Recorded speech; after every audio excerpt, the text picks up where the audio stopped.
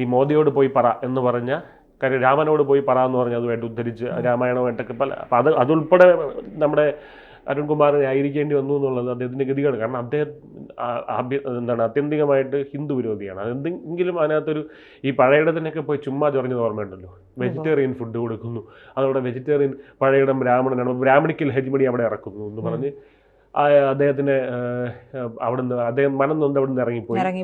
എന്നിട്ട് കുറേ നാൾ കഴിഞ്ഞ് അദ്ദേഹത്തിൻ്റെ വീട്ടിൽ ചെന്നിട്ട് എന്നോട് പിണക്കൊന്നുമില്ലല്ലോ എന്ന് പറഞ്ഞു. അദ്ദേഹം പറഞ്ഞു എനിക്ക് ഒരു പിണക്കമില്ല എന്ന് പറഞ്ഞു.